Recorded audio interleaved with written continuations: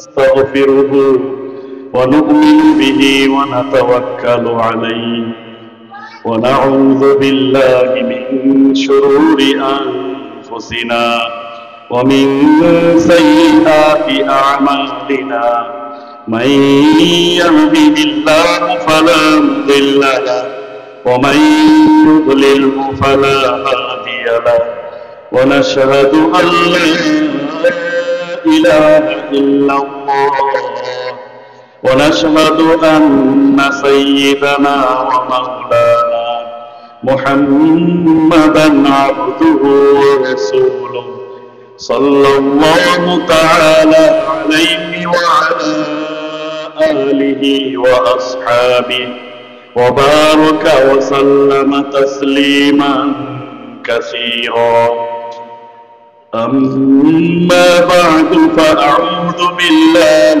من الشيطان الرجيم بسم الله الرحمن الرحيم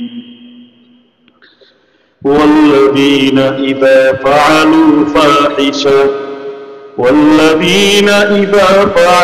فاحشة أو ظلموا أنفسهم ذكروا الله فاستغفروا لذنوبهم ومن يغفر الذنوب إلا الله ولم يصروا على ما فعلوا وهم يعلمون أولئك جزاؤهم مغفرة من ربهم وجنات تجري من تحتها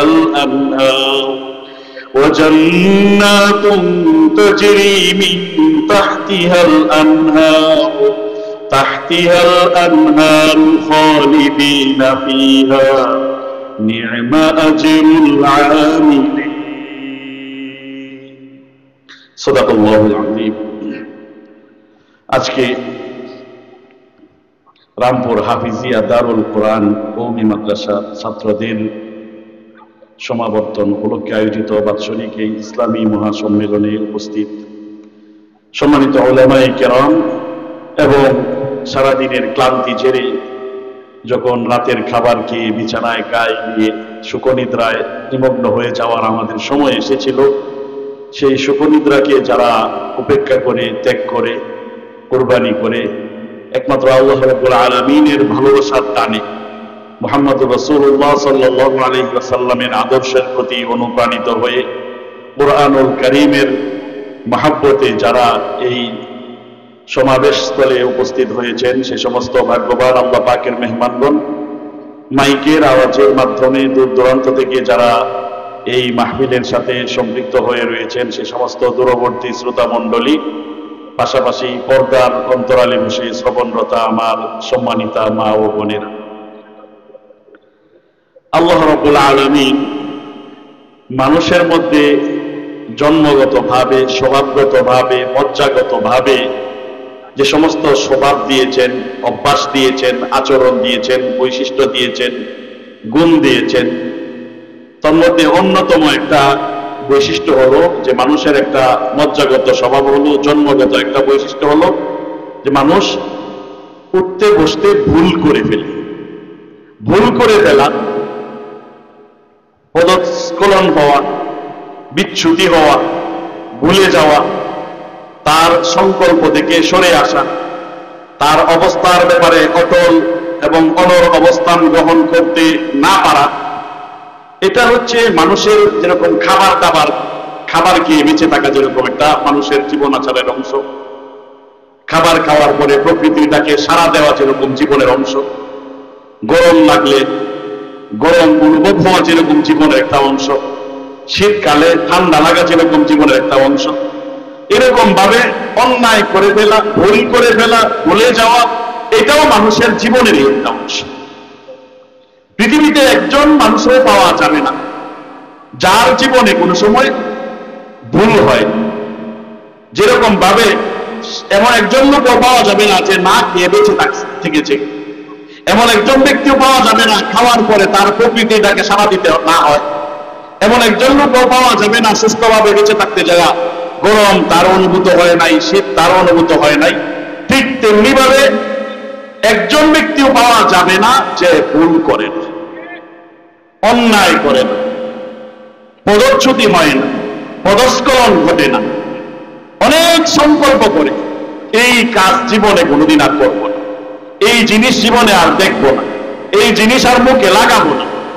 যখন সংকল্প করে, যখন সে ইচ্ছে করে, যখন সে করে প্রতিজ্ঞা করে, তখন তার মনের অবস্থা এরকমই থাকে যে সারা দুনিয়া উল্টে গেলেও এই জিনিসের দিকে সে তাকাবে না, এই জিনিস মুখের মধ্যে নিবে।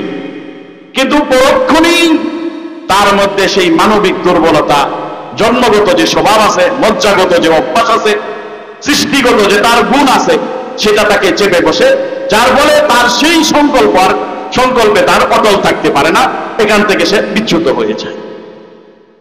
এটা পৃথিবীর সব মানুষের ক্ষেত্রে সমান হারে প্রযোজ্য। শুরু হয়েছে, ধারাবাহিকতা শুরু হয়েছে হযরত আদম আলাইহিস সালাম থেকে।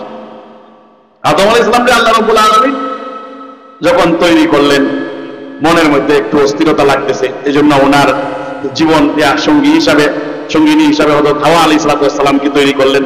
এরপরে আল্লাহ ওনাকে বলে দিলেন,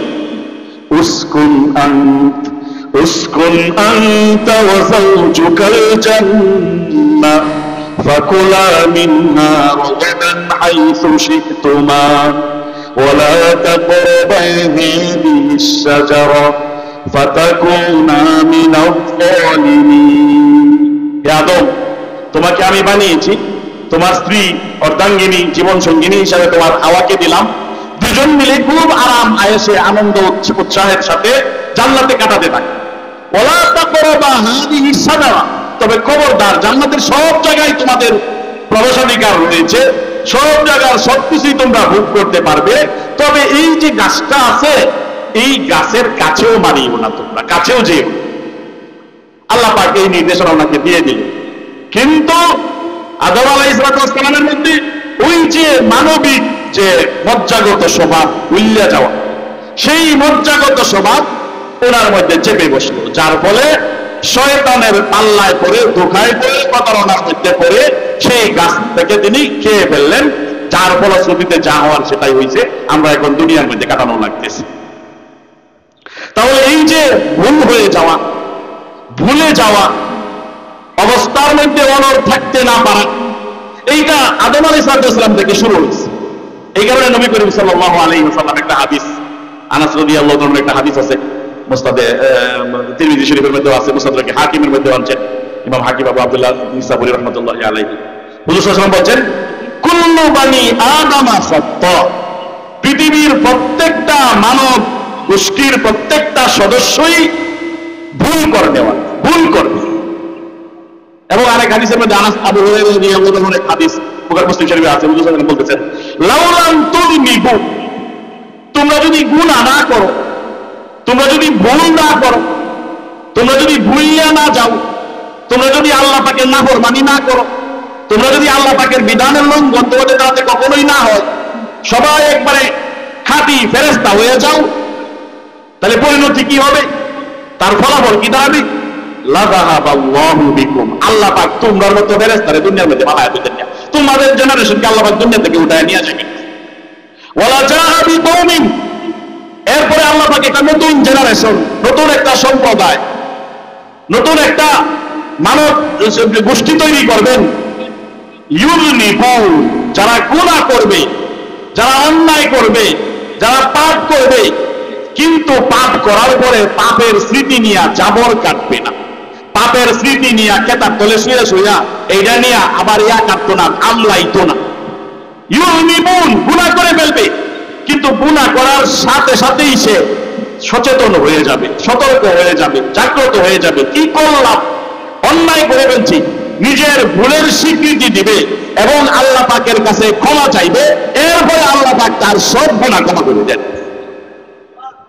তাইলে গুনাহ করে ফেলা এটা অসম্ভব কোনো কিছু না, আশ্চর্যের কোনো কিছু না, অনাকাঙ্ক্ষিত কোনো কিছু না, হিসাবের বাইরের কোনো কিছু না। এটা মানুষের জন্মগত স্বভাব, করবেই গুনাহ। পৃথিবীতে ছাড়া মানুষ একজনও খুঁজে পাওয়া যাবে না, ছোট বড় বা ভুল করে নাই, ভুলিয়ে যায় নাই, এমন কেউই পাওয়া যাবে না। এটা মানুষের জন্মগত একটা স্বভাব। আর একটা জন্মগত বংশের মুদ্রা দোষ আছে, যেটা শয়তানে সূচনা করছে। এটা কি? যে ভুল পড়লে কোন একটা অন্যায় কাজ তান্ত্রতে ঘটতে গেলে, কোন একটা অপরাধে সে জড়িয়ে গেলে, এইটার ব্যাপারে তেনা পেশা, এইটারে নানা ধরনের পুরা যুক্তি দিয়া, ভুলের স্বীকৃতি না দিয়া এইটারে প্রতিষ্ঠিত করা, নানা ধরনের সাফাই গাওয়া, নানা ভাবে এটার যৌক্তিকতা তুল্যা ধরা, না এইটা ভুল না।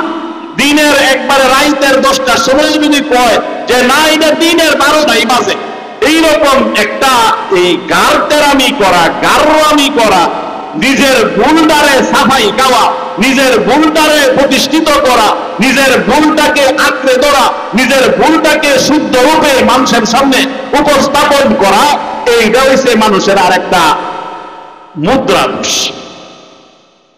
ভুল করে ফেলা এটা কোনো দোষ না, এটা স্বভাব। কিন্তু ভুলের ফলে স্বীকৃতি না দেওয়া, সামান্য একটু সরি বলতে না পারা, ভুল হয়ে গেছে, ঠিক করছি না, দুঃখিত, মাফ করে দিন, যে বুঝতাম পারছি না, এই কথা না বলিয়া সামান্য আধা মিনিটের মাধ্যমে এই কথা বলতে সবকিছু ভাঙিয়ে যাইব, কিন্তু এইটারে তেনা ফেসাইতে ফেসাইতে একবারে তালাক পর্যন্ত হয়েছে। তালাক হইব, হাজারি হইব, বছরের পর বছর মামলা করাইব, নেতা কর্মীরা বলে বলে থাকবো, নিজেরাও কেন দূর হয়ে যাইব না, কিন্তু ভুল হয়ে গেছে এইটা মানুষের মুক্তি পাইত। এইটা হইছে গা মানুষের শয়তান কর্তৃক প্রবর্তিত মানুষের একটা মুদ্রা দোষ। কারণ শয়তানরে যখন আল্লাহ রাব্বুল আলামিন বললেন, শয়তান আমি নিজের হাতে বানাইছি আদম আলাইহিস সালাম রে, তুই সেলুট কর, কুর্নিশ কর, সম্মান জানা, ভালো কর, একটু তুই নত হ তার কাছে। শয়তান বেঁকে বসলো, ভুলে গেল, অন্যায় করে ফেললো, আল্লাহর হুকুমের লঙ্ঘন করে ফেললো, আল্লাহর বিধানকে ফাঁসকা দিয়ে গেল। আল্লাহ পাক তাকে জিজ্ঞাসা করতেছেন, قال ما منعك أن تسجد لما خلقت بيدي أستكبرت أم كنت من العالين। হে শয়তান, যাকে আমি নিজ হাতে বানাইলাম এবং আমি আল্লাহ তোরে আদেশ করছি তুই সেলুট কর, তুই কোন দুঃখে, কোন বিবেচনায়, কোন হিসাবে তুই আমার কথারে অমান্য করলে? শয়তান ইচ্ছা করলে কি করতে পারতো? এখানে বলে বলতো আল্লাহ ভুল হয়ে গেছে, বুঝতাম পারছি না, মাথার মধ্যে কি রক্তরা চান্দিটা গরম হয়ে গেছে, গিয়া এটা লেগে নিজেরা ঠিক রাখতাম পারতাছি না, আল্লাহ মাফ করে দিন, যে আমার কি করে যেতাম আমি, এরকম সে বলতে পারতো। কিন্তু দুনিয়ার একবারে শেষ পর্যন্ত একটা যুদ্ধ বাজায় রাখুন লাগবে, এইটার কারণে তেনা পেছানি শুরু করছে। قال أنا خير من خلقتني من نار وخلقته من طين। আল্লাহ আপনি এটা কি কইতেছেন? আমারে বানাইছেন আগুন দিয়া, আর এরে বানাইছেন আপনি মাটি দিয়া। আগুনের মাটির তুলনায় তো আগুন সবসময় অনেক উপরের, অনেক উন্নততর। এই উন্নতরে আপনি ওজনের কাছে সেলতা দিতে কইতাছেন, পলিশ করার কইতাছেন, সেলুট করার কথা কইতাছেন, এটা কোনো যুক্তিতে মিলে, আপনি ভাঙে নিজে কোনো যুক্তিতে মিলে না। এই আল্লাহর সাথে তেনা বেচানি শুরু করছে। এই যে তেনা বেচানি সেদিন থেকে শুরু করছেন, এখনো পর্যন্ত তার চেলা চামুন্ডারা, এখনো পর্যন্ত তার মুরিদানেরা, এখনো পর্যন্ত তার সাঙ্গ পাঙ্গরা, এখনো পর্যন্ত তার অনুসারীরা এই ধারা অব্যাহত রাখতে গেছে পৃথিবীতে। যার ফলে এখন যত ধরনের সংকট দেখবেন, একবারে পারিবারিক পরিমণ্ডলে মনে করেন জামাইয়ের সাথে বউয়ের মিল নাই, হৌরির সাথে বউয়ের মিল নাই, ভাইয়ের সাথে ভাইয়ের মিল নাই, এলাকাবাসীর মধ্যে বিরোধ, বাইরে বাইরে বিরোধ, পাড়ায় পাড়ায় বিরোধ, দেশে দেশে বিরোধ, যত ধরনের বিরোধ আছে, যত ধরনের ফাটল আছে, যত ধরনের ভুল বুঝাবুঝি আছে, যত ধরনের লাগালাগি আছে, সব কিছুর গোড়ায় যায় দেখবেন শুধুমাত্র ভুল হইয়া গেছে, তৎকালীন কথা মুখ দিয়ে বাইর হইতাছে না। শয়তানের এই শিক্ষা লালন করার কারণে, ধারণ করার কারণে, চর্চা করার কারণে, হৃদয়ে দাম জায়গা দেওয়ার কারণে এই পৃথিবীতে আজ পর্যন্ত কত লক্ষ কোটি সংসার যে ভাঙছে, কত অভিনয়ের যে চুলাচুলি হইছে, কত জালে জালে জালাগালাগি লাগছে, কত ভাইয়া ভাইয়ের যে বন্ধন নষ্ট হয়েছে, কত মা আর ছেলে সন্তানের মধ্যে যে ফাটল ধরেছে, কত পাড়ায় পাড়ায় যে হাজাহাজি হয়েছে, কত লক্ষ কোটি মামলা যে হয়েছে, তার কোন হিসাব খুঁজে পাওয়া যাবে না। সব কিছুর গোড়ায় কি ভুল হয়ে গেছে গা, এই কথা মুখ দিয়ে না বাইরে পারা, নিজের ভুলটার ব্যাপারে তেনা বেতান, নিজের অন্যায় অপরাধ এবং পদস্খলন তাকে নানা ভাবে খুরা যুক্তি দিয়া, মিথ্যা নানা ধরনের সাফাই গায়া এটাকে প্রতিষ্ঠিত করার মানুষের অপচেষ্টা কষ্টদের কারণেই এই পৃথিবীর মধ্যে যত ধরনের বিপর্যয়। এই জন্যে ইসলাম চায় মানুষ শান্তিতে থাকুক, ইসলাম চায় মানুষ সুখে থাকুক, ইসলাম চায় মানুষের একটা নির্মল আনন্দ ঘন পরিবেশে জীবন কাটাক। এই জন্য আল্লাহ কোরআন কারীমে বলতেছেন, মা আনজালনা আলাইকাল কুরআন মা আনজালনা আলাইকাল কুরআন লিতাশকা ইল্লা তাযকিরাতাল লিমান ইয়াখশা তানযীলাম মিম্মান খালাকাল আরদ মিম্মান খালাকাল আরদা ওয়াস সামাওয়াতিল উলা।